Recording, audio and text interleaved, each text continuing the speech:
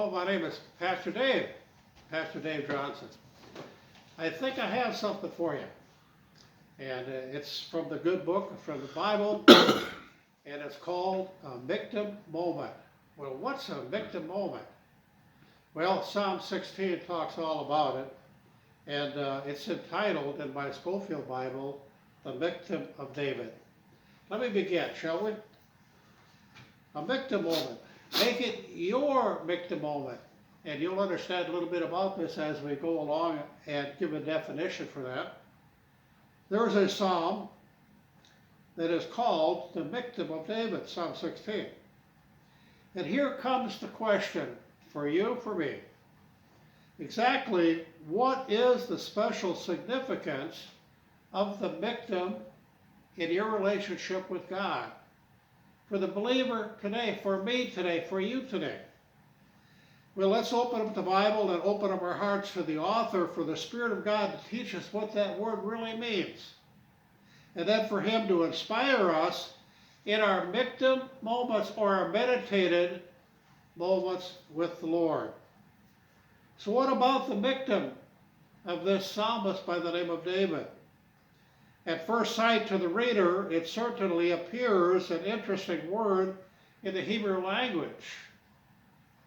Seems like maybe it's undescribable. Oh no, it is describable. And we can describe it in our own heart.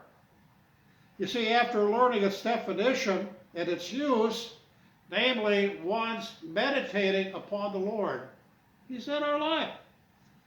When we come born again, He's there. The Lord is at my right hand, therefore I shall not be moved, is found in that psalm.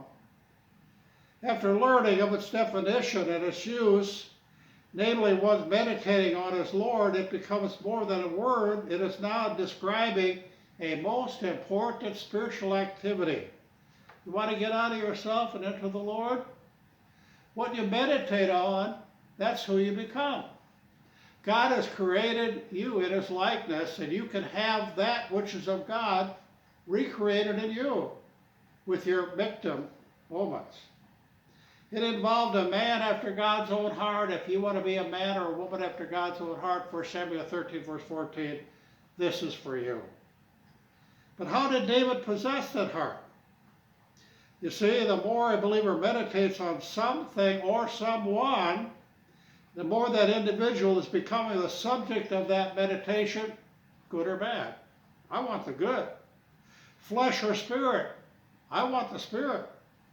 Evil or blessed of God, I want to be blessed of God. There's a lot of evil in this world, and I want to meditate upon what God gives me, not what the world gives me. And I think you know what I'm talking about. David did some serious spiritual reflecting on his Lord in this inspired psalm of God, Psalm 16.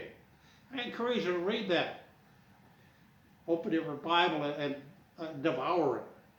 This was a special occasion for the psalmist who was musing on who the Lord was in his life, and during that inspirational time, the Lord was overwhelming his soul. God can do that.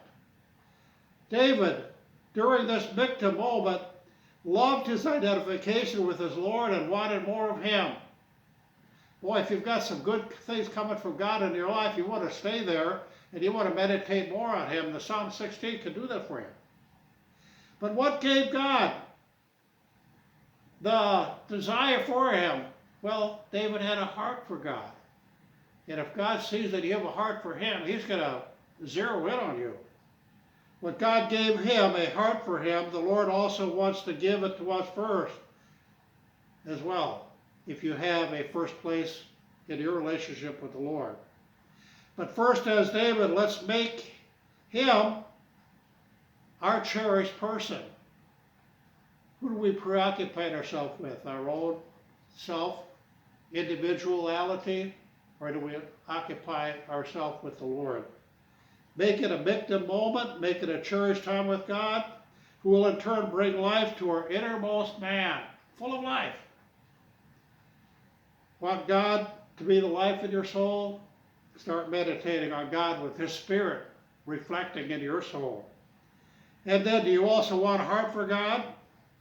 If you do, then enter into that relationship, that Michtam relationship, that Michtam moment with the Lord, as David was, and be a man or a woman after his own heart. Pastor, I want that. I'm glad you do. When we can do that, is we can just say, God, here's my heart. I want you to clean me. I want you to restore me. And if I'm not regenerated, I want your spirit. And that comes with a repentant heart, asking God in your life to save you. Jesus said, repent and believe the gospel, Mark 1:15. It's more than saying a prayer.